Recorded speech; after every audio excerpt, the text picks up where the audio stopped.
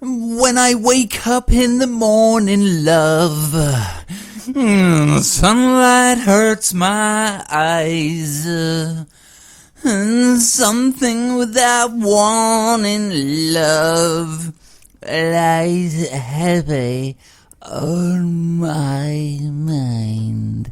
And then I look at you, and welcome to Dangerfield Sunday Prescription. Isn't it funny I don't have all those sound effects which are kind of like become part and parcel of the broadcast media, where I would go, and welcome to Dangerfield Sunday Prescription. Bang, dong, welcome, Nan. Hello. And that's right, you're listening to Dangerfield Sunday Prescription. It's funny that I don't go for all that. I don't do it. Although I did do it then. Do you need the bowl yet?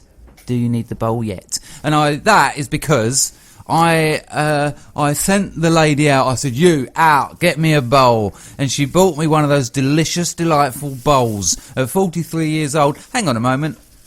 So you're going to do that there, are you? Are you mental? Are you mental? But have you heard how noisy that already is? I'm not going to make any more noise. Back to the bowl. So at 43... Can you hear that? Fuck off. Just away. Go to the east wing of my manor. So anyway, I sent the woman out. I said, you go fetch a... Oh, are you still... Do you know how loud that... Oh, bastard. If you want a bowl, you have to put it up with that. She's peeling potatoes. We're having a barbecue. Nothing to do with the bowl. Do you need the bowl yet? Do you need the bowl yet? Do you need the bowl yet? Because I sent her out to get me a bowl, and she got me one of those beautiful enamelled bowls. You know, the ones that bang bang, and I use it in the bath. And when she's washing her hair, I go, "Do you need the bowl yet?" Like an autistic kid. And she's like, "No," and I go, "Do you need the bowl yet?" And just stare at her. And then when she opens her eyes with all suds in her hair, I go, "Do you need the bowl yet?" And that's the week I've had. It's the week of not needing the bowl yet. I'll tell you what's weird about it. The style of it, you know, that kind of enamelling. The traditional one was blue and white, and it's enamelled, and we got the cups and that with it. But it's interesting because they cost a fortune, and what they actually are, it's a nostalgia tip, isn't it? Because they're like the old camping mugs. And so people of my age, my generation, we look at them and it's like, oh yeah, do you remember them we used to have them at camping? You know, those old like enamelled tin cups. Yeah, no, oh yeah, and it reminds you of your childhood and say, oh yeah, let's get them. But the thing is, they're quite impractical. They're alright in the bath. The bowl's alright in the bath. Do you need the bowl yet? Do you need the bowl yet? Do you need the bowl yet?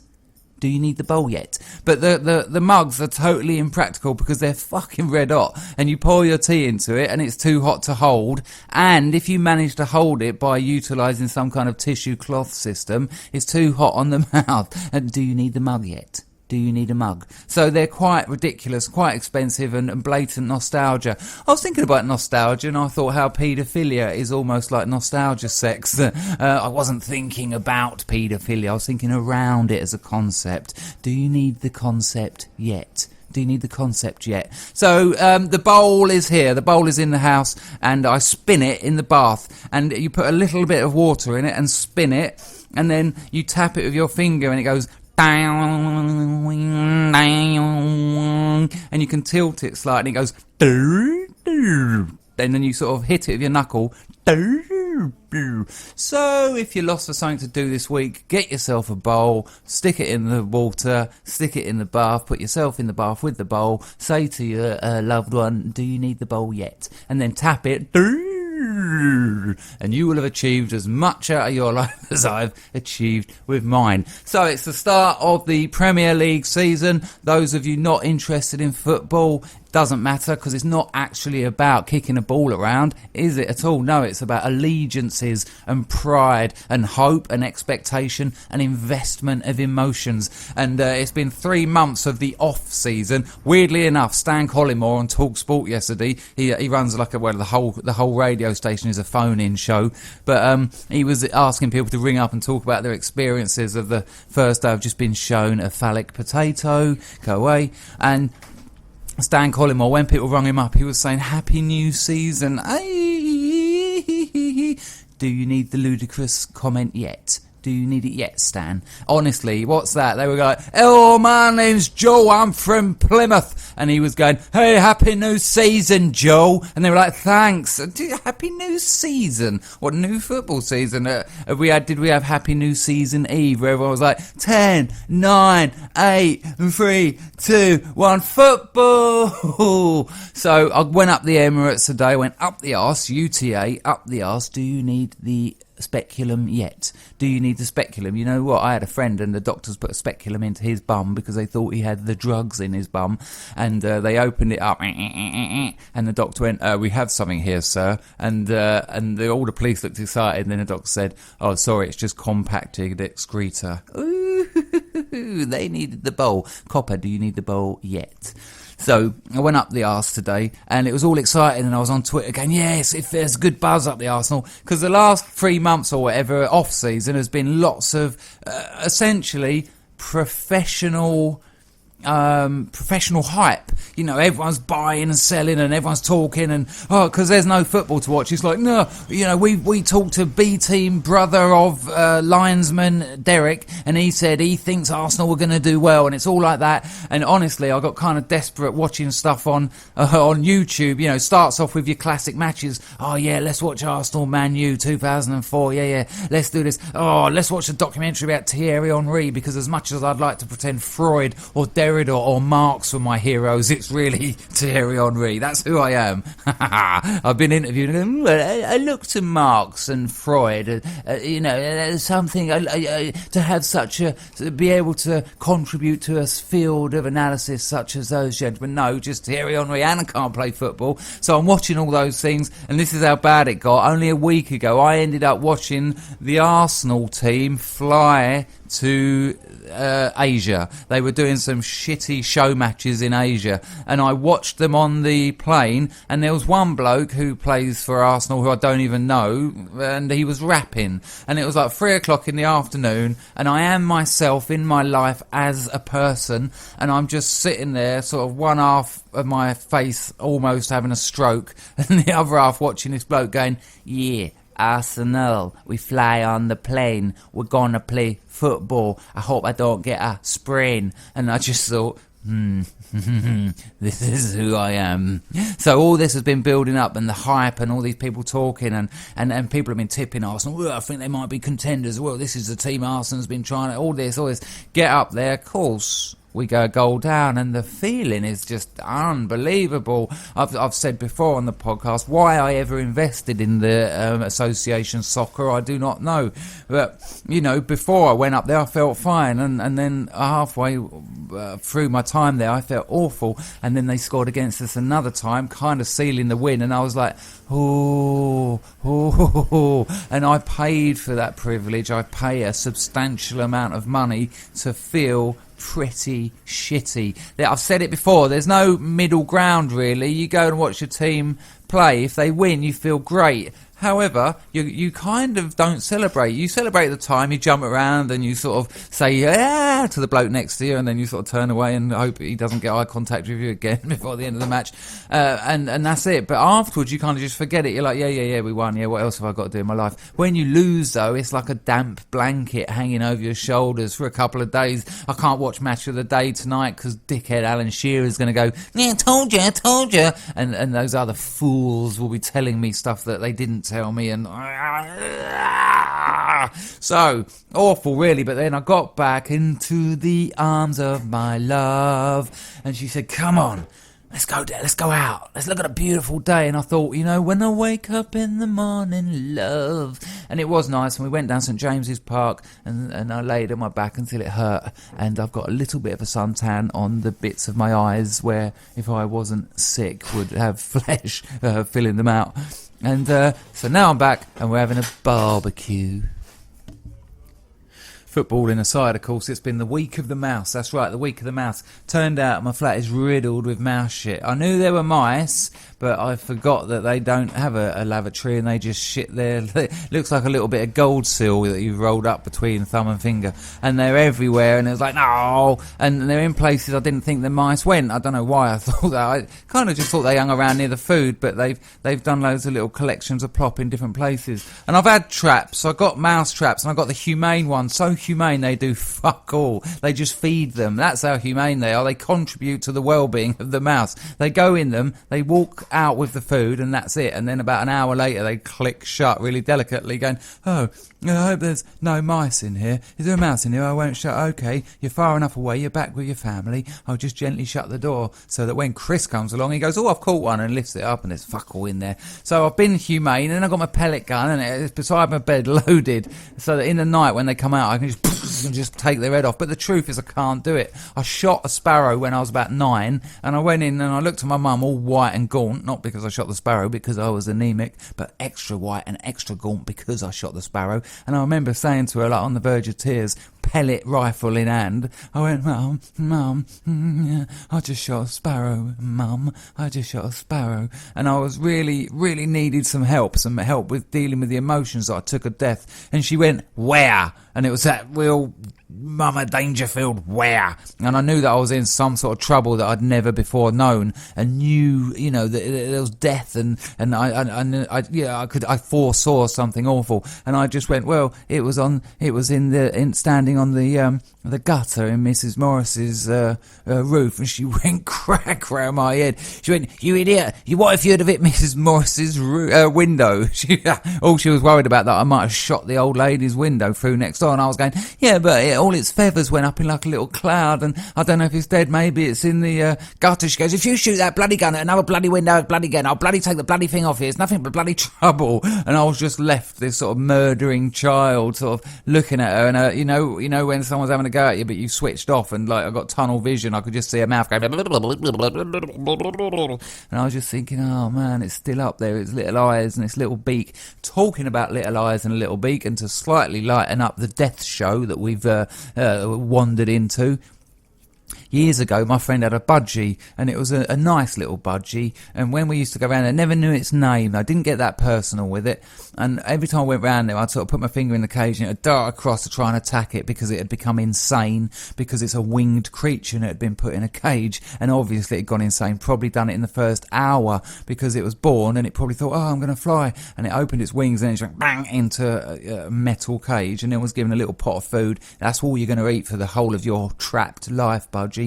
So I put my finger in it, it'd run across, and then one day I'd gone round there and it looked a bit ill. It wasn't pale or anything, but it was yellow, but not jaundice yellow, bright yellow. But its feathers had started falling out, and I said to my mate, what's up? And he went, we think it's got cancer. Your budgie has got cancer. And he went, yeah, don't laugh. And I went, I'm not laughing. And I was, but not because of the pain or anything, but because it was odd. How do you diagnose that? Did it go for like a CAT scan? Or, scared of CAT scans? You know why? Because it's scared of cats. Do you need the CAT scan yet? Do you need the CAT scan yet? But maybe it did. Maybe they put it in one of those little magnetic tubes and come out with, oh, I'm sorry, it's got a tumour. And then the next week I went round there and it looked even worse. And the next week, you see where this is going. Every week it would look more and more feathers had gone. And then there was about a 4-week gap, and I went round there and the cage was empty. And I was like gutted, and I said to my mate Stephen, his name was, I said, not the budgie, I said, Stephen, did it die? He went, oh no, he's hanging on. And I was like, well, where is he? And he went, well, he's in the cage. And because his feathers had all fallen out, it had no tail feather, which essentially gives it its shape. Without the tail feather, it's more like an egg, but a flesh egg. And you know what a flesh egg is? That's right, a ball sack. And it was on the bottom of the cage, didn't have the strength or the balance to stand on its perch. So it was like a little ball sack with feet and a beak and eyes. And it was just on the bottom of the cage, sort of like twitching. Yeah, not nice really. But back to the mice, the humane mice. So I got those humane traps, and like I said, they just fed them and increased their capability to live. Got the pellet gun, shot the neighbour's bird. Mum didn't like me shooting the neighbour. So I don't know what to do really. I'm going to go all out. I'm going to go on eBay tomorrow. I'm going to buy 20 mousetraps, 4 varieties, 5 of each, load them up with 5 different types of food. Some people say chocolate. People love to say they don't like cheese. Mice don't like cheese. No. And they say it to you like they've got some amazing knowledge. Like I'm going to turn around and go, no way. What, you're telling me that years of cartoons are wrong?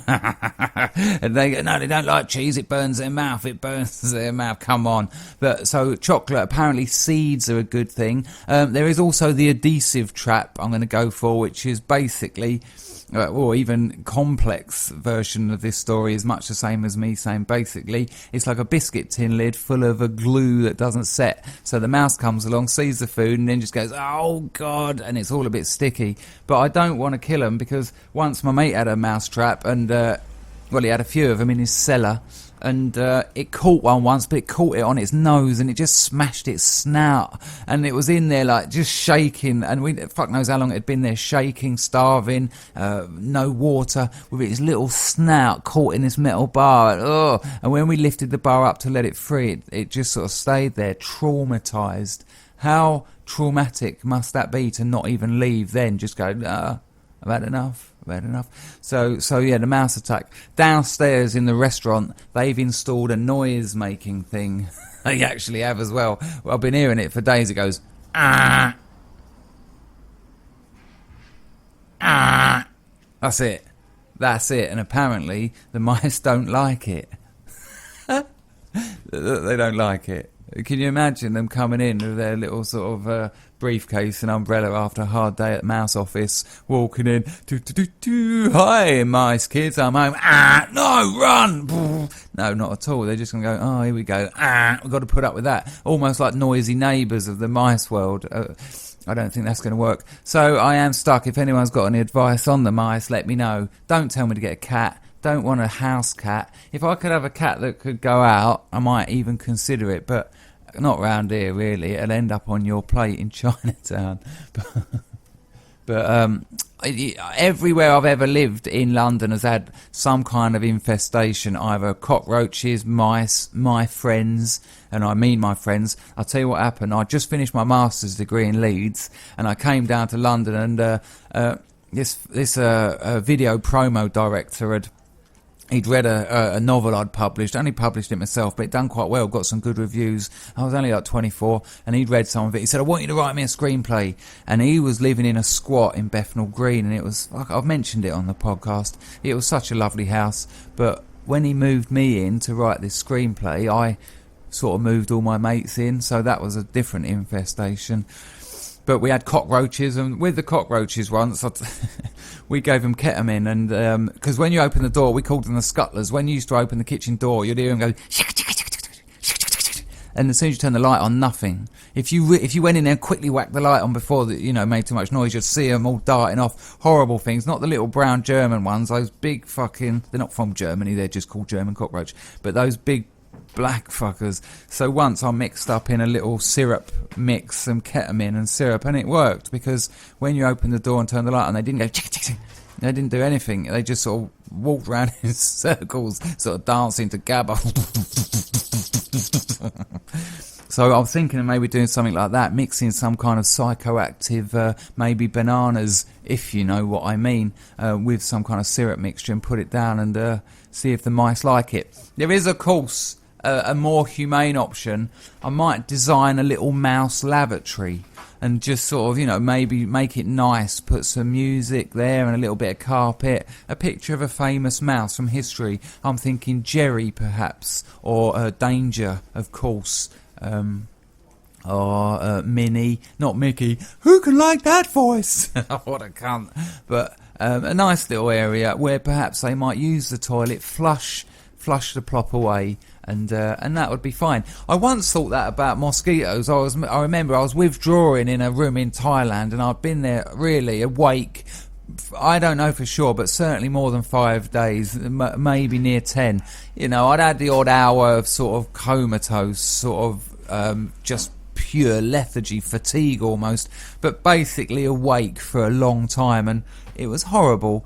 And I was going over and over these crazy ritualised thoughts in my head. I was thinking about James Randi, the bloke who spent his life debunking Uri Geller, as if anyone thinks Uri Geller is actually a magician. Like, he debunks him as, it's like, oh, come on, we know it's a trick, James Randi, you funny little squirt. But I couldn't help. I was just thinking of James Randi and ways he could debunk Uri Geller. It's all right for me now to say, oh, who'd bother doing that? But I spent 2 whole days thinking about it.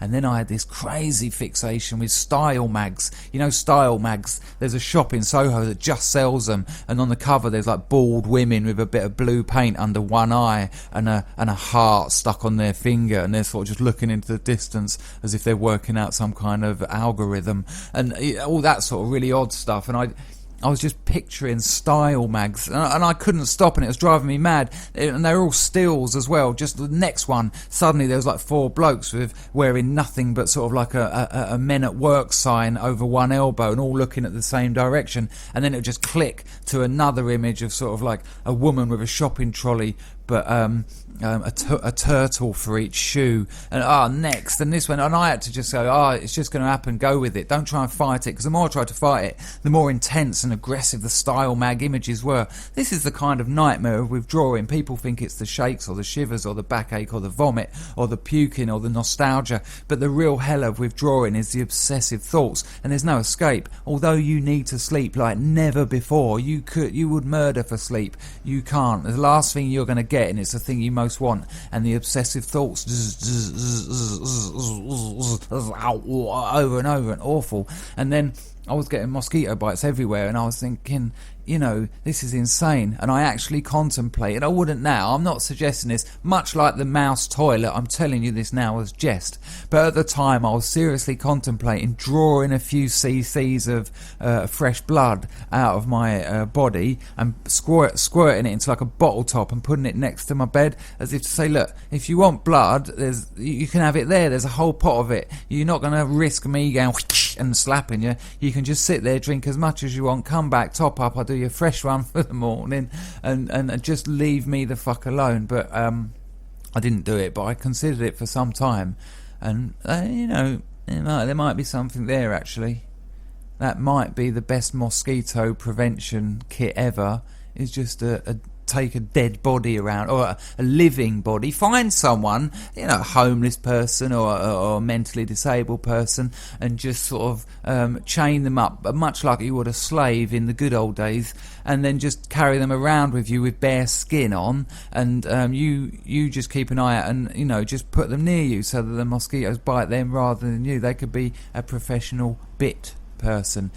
Do you need the person yet? Do you need the person yet?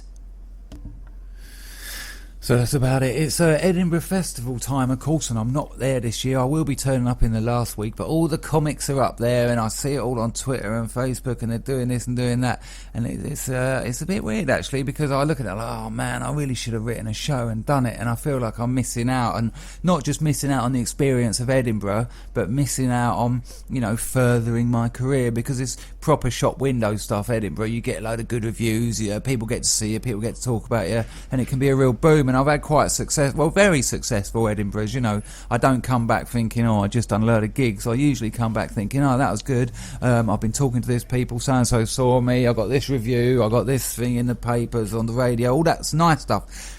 But the truth is, it's a privileged position to be not doing it and going, I wish I was there. Because if I was actually there, it's fucking hard graft. You're doing about 28 of your own gigs. They're just your own gigs. And then people asking you to do guest spots or chat shows and all that other stuff. And every day it's the same old thing. You go, get up. And it could be pissing down like it always seems to be at the festival. Tuesday you got to do a gig, and something's happened in your private life, or some money or some shit, and the last thing you want to do is tell people funny stories, and it's their night out and they turn up, but it's still Tuesday and you're not quite on it, and so yeah, I'm not missing all that. And that sounds a bit nasty, doesn't it? A little bit sort of ungrateful, because it is a pleasure to be able to take time off your life to go and do a festival, and I kind of try and remember that when I'm there. But it is nice to not be doing it, I must admit. It's a fucking slog. I will be going next year. I will get a show together for next year, but I don't think I'm going to do a full run ever again. And in truth, I don't think I need to. I don't know how that would... I mean, I earn about 200, 250 a gig up at the festival, so it's all right. But I don't do it for the money. I think I'll just do a couple of weeks next time. But that takes me nicely on to probably the best bit of this rambling, pointless podcast. And that is the good news for you lot. Because part of this TV thing I'm doing, part of this pilot I've had accepted, is the live gig element. Oh yes. And I am going to be doing Dangerfield Sunday Prescription live. Oh yes, that's right. Now it's kind of interesting because the venue really should TBA. Oh look, I can my voice going. Hang on, I'm going to have some water. Yeah. I'm going to be doing it. I'm going to be doing it in the Sunset Strip, which is Soho's oldest strip club, and it's only seats about 30 people because usually you're watching women's fannies on stage, but you're just going to be watching this man's body and mind, this interesting mind, doing Dangerfield Sunday Prescription live. So it's only 30 seats, so tickets are going to be very, very rare. Not rare, that's the wrong word. Limited. Yeah, that's it. In demand. So when that comes around, I think that's going to probably be September, October maybe. I'll let you know, and you lot are going to get first dibs. So the first 30 people that can guarantee turning up, because obviously it's going to be filmed and all that. I don't want people going, I'll be there and not being there. And it'll be wicked. I'll be doing a 2-hour... it's going to be like a show. It won't be stand-up for 2 hours. I'll have maybe a couple of guests, that sort of thing, fuck around with the audience. A couple of hours at the Sunset Strip on Dean Street, Soho. So that is exciting. And so I'm just telling myself that I'm building up to that, and it's all right not to be doing the festival. Do you remember I mentioned a book I was reading about the drugs war? I've forgotten the author's name again. It's something like Larry Sharrow or Harasuhi. But the book is called Chasing the Scream. It's fucking great. It's kind of sort of slightly gonzo-y, sort of anecdotal, stroke, evidential kind of storytelling about the drugs war, right from the most heinous man on earth, Harry Anslinger, who set up the Federal Bureau of Narcotics in America, and basically, a fart in the street there, he basically set the foundations for the hell that is the drugs war today, goes through the whole essentially murder of Billie Holiday and what's going on in Mexico at the moment, where you've got a country run by the drug dealers and no real way out, and then to the hope of the legalisation programs that are going on in Portugal and other places. Gabor Mate down in downtown East Side, Vancouver, a great story. If you're interested in drugs and drug use, check out Gabor Mate, M-A-T-E with an accent. Amazing work. He done a thing in the bellies of the in the realm of the hungry ghosts, where he took the Buddhist idea of the hungry ghost whose figure has massive desiring, needing eyes and yet distended bellies, never satisfied. He uses that imagery for the addict. And then this book, Chasing the Scream, similar kind of stuff. They certainly cross over. Harrowing book, though. I mean, the bloke who put me onto it said you're just going to get really upset and hate these people, and it is a lot of hatred brewing in there. Very hard to forgive or see the humanity and the ugliness these people have perpetrated on our nation, on our people, and the lies and it doesn't come from anywhere but their own hatred. The way they treat addicts. But what is interesting, the bit I've got to the book last night, which has kind of blown my mind a little bit, which is weird because there's barely a valve left in there that hasn't been blown, is that the war on drugs, interestingly, is not even a war on addicts. You can understand in those kind of narrow, blinkered, stupid eyes of the authorities and the people who make the laws and which wreck our lives. They say, this sort of 10% of people who can't handle their psychoactive substance use, but that's not who they're after. in the World Health Organization documents, they're talking about a world without drugs. And of course they don't mean a world without drugs, they mean a world without recreational drugs. But they're talking about everyone. It's crazy. I mean, history and geography has shown drug use has been prevalent in every society, in every part of the planet throughout time. This is the first time anyone's gone, no, you're not allowed. Why? Because of course you are allowed. You are allowed alcohol. Oh right. You are allowed pharmaceuticals that have been prescribed to you. Oh right. The lines are so blurred. It's bullshit. The boundaries are crazy. What an evil thing. The damage it has done to our society is massive.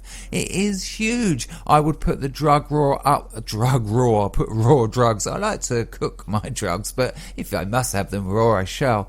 I would put the drugs war up there with religion and class, and the pair of them, it all mingles up as well, because this idea that, you know, look at the language associated with psychoactive drug use like ecstasy and things like that, and people don't want you getting your ecstasy and your epiphanies outside of God. They don't like it. It threatens them. And the class thing, look how you had the heroin addicts of America were targeted. Why? Because they were black. You had the marijuana smokers in 50s America targeted. Why? Because they were Hispanic and Mexican. And now you've got the meth addicts being targeted. Why? Because they're white trash. It's always been a class issue. Look at the deal with cocaine and crack. It was only up until a few years ago. It was a 500 to 1.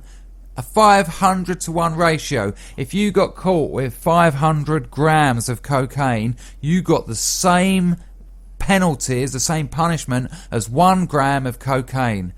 Of 1 gram of crack, sorry. Why? It's the same fucking drug. Well, it's obvious why, because it's the poor black people assumed to be using crack, whereas it's the white middle classes that snort a quicker line of old bugle, isn't it?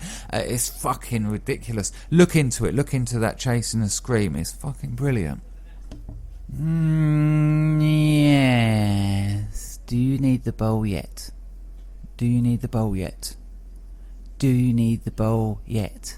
Do you need the bowl yet? Do you need the bowl yet?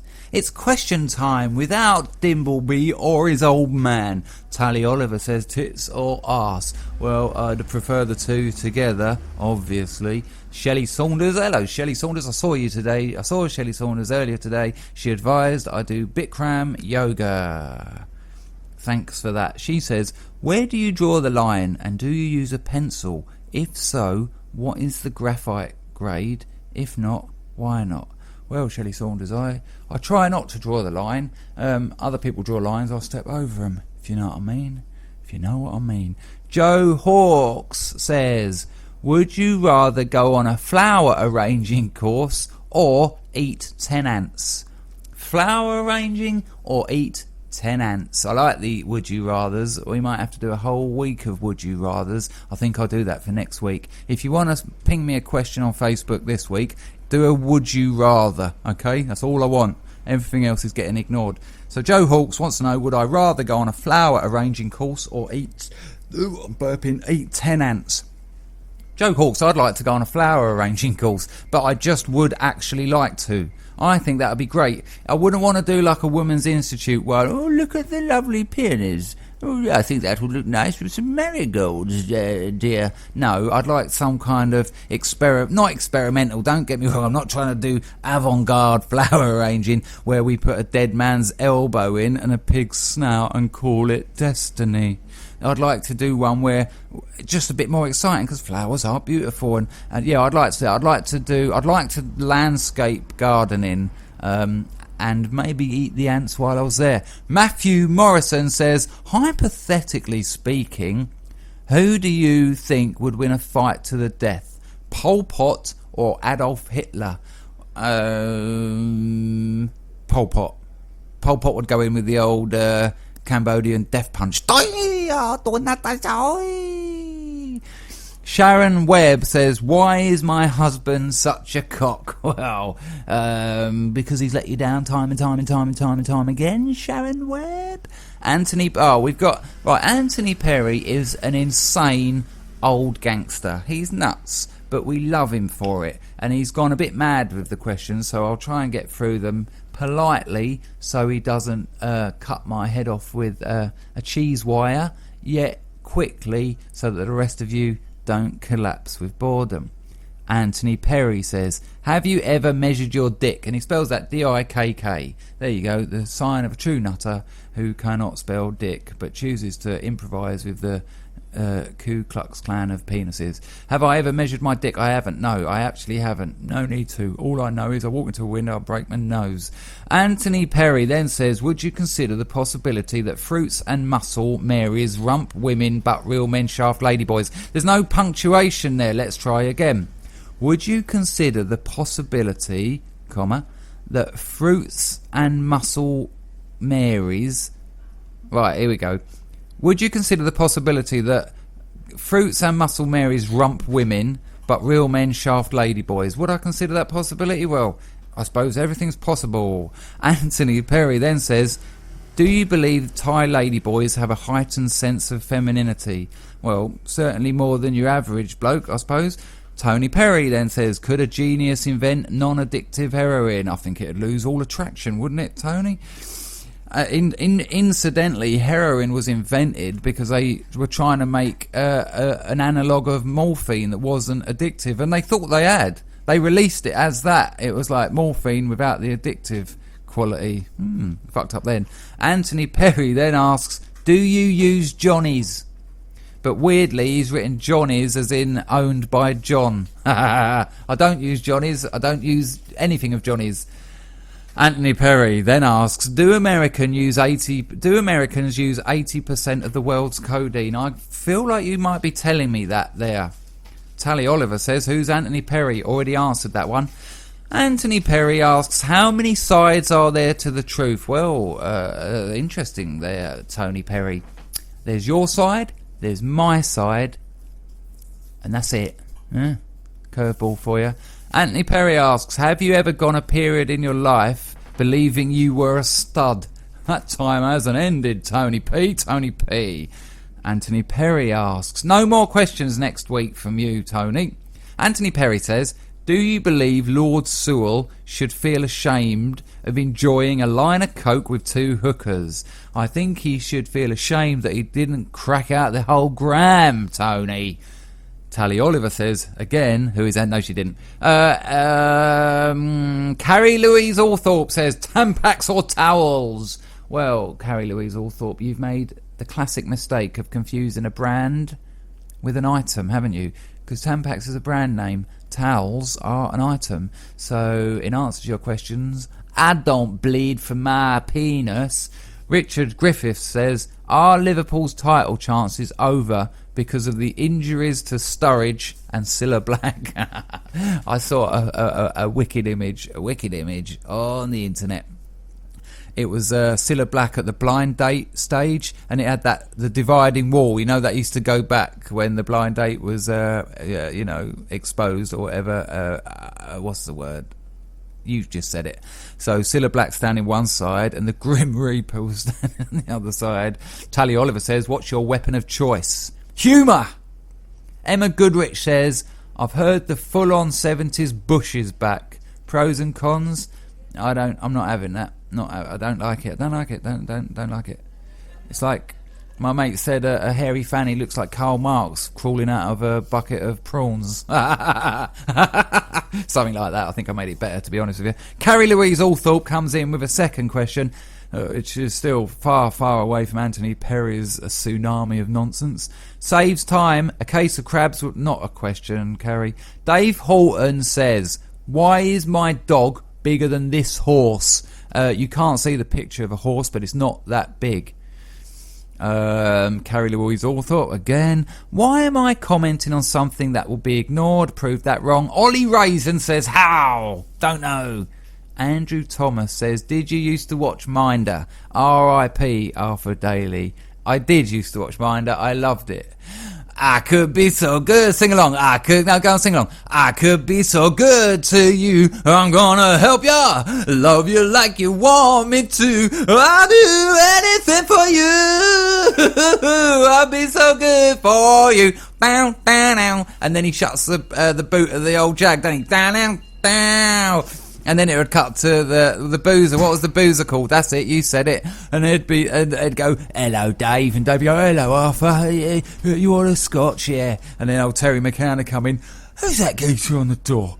Nah, I'm sure I saw him down at the fight the other week. Jelly deals, dabbles and pears. Coming, Arthur. Shash the money. Loved it. Absolutely loved it.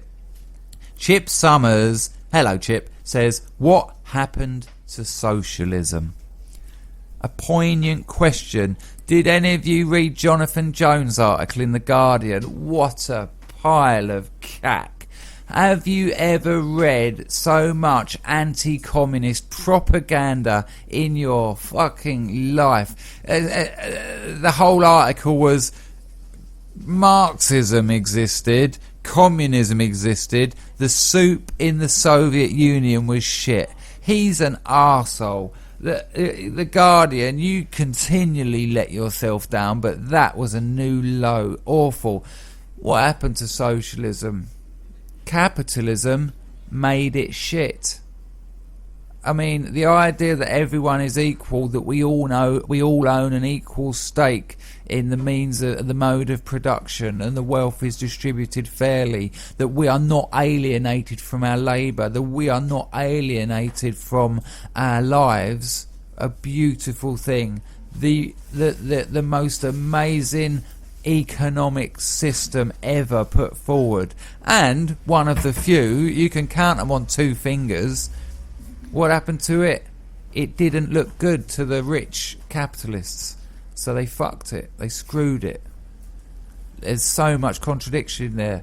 J.P. Morgan helped fund the Russian Revolution. Why? Needed instability in Russia. That's interesting. It makes me sad, this. I'm still red at heart, and it makes me sad. What's going on with that? I don't know. That's what happened to it. It became a ghost, Chip. They made out of it a ghost. They killed it, resurrected it, and made it a ghost. And the problem with that is you cannot make it. It struggles to come alive again when there's a ghost of itself that's so massive, so powerful. It's awful. It's part of capitalism's ideology. Helmut von Diggle says, Dear Wing Commander Dangerfield, astrology, fact or fiction? I say to you, Helmut von Diggle, Russell Grant. Thank you all for listening. Take care of yourselves, take care of those who love you, and take care of those who like you. I'll see you later. Yes, much later. Do you need the bowl yet? Do you need the bowl yet?